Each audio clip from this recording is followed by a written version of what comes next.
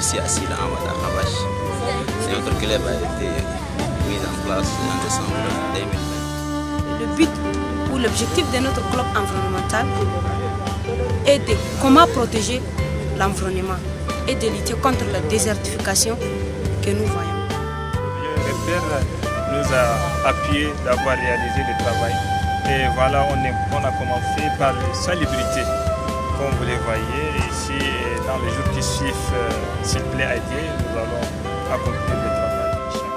On a reçu le kit des brouettes, des pelles, des pioches, des rasoirs, etc.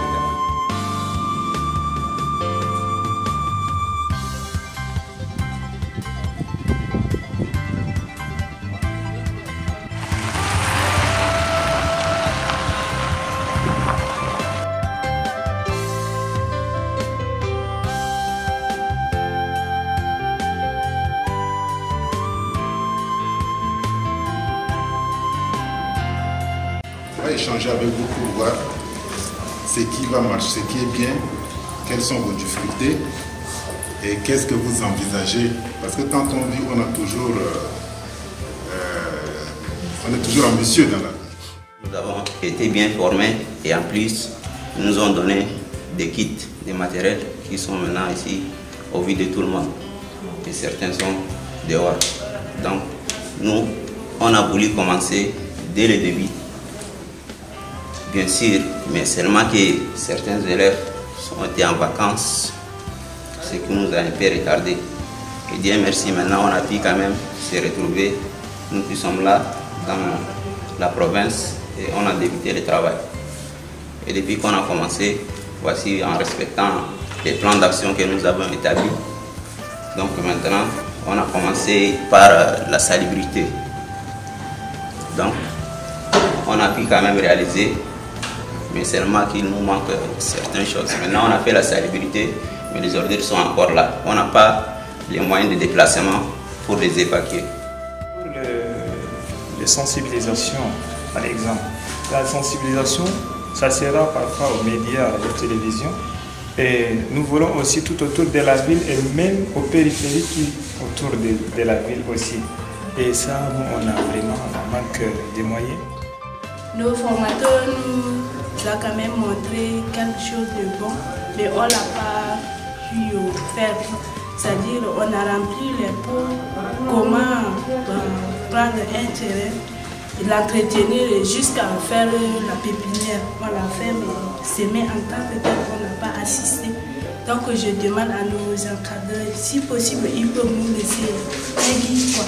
Celui qui est bien dans ces domaines va rester avec nous à chaque fois qu'on va aller faire ce travail, soit à côté. Parce que si tu formes l'enfant, bien sûr qu'il va le faire, mais il faut qu'il y ait quand même un guide à côté. Nous avons élaboré dans le plan d'action ce que nous aimerons bien, si le projet est prêt, commencer en juillet. Donc, si est-ce possible qu'on mette à notre disposition les engrais et les pots pour qu'on puisse commencer le travail. J'aimerais souligner la compétence et la voyance de ces jeunes. Il faudrait reconnaître que ces jeunes sont vraiment compétents, travailleurs et ont la mission de faire quelque chose. Donc ils ont établi un plan d'action, nous les avons aidés à établir ce plan d'action. Maintenant, ce qui leur empêche un peu d'avancer beaucoup plus dans leurs activités, c'est un peu la question de liquidité. Pour raison pour laquelle, la dernière fois, ils ont certaines activités qui l'ont placé nécessaires et importantes qui doivent se passer en premier lieu, mais faute parfois de liquidité, ils étaient obligés de prendre d'autres actions à mener avant que quand ils vont recevoir quelque chose, ils vont commencer avec les autres activités. Aujourd'hui, avec le projet, comme on l'avait dit au départ, l'idée c'est d'initier, n'est-ce pas, ces activités à travers les jeunes qui vont s'organiser. Le projet, il devrait venir juste pour vous permettre, n'est-ce pas, de bien évoluer. Mais d'abord, le club, c'est une affaire, n'est-ce pas, des membres. Et donc, je crois que vous avez bien compris cette notion.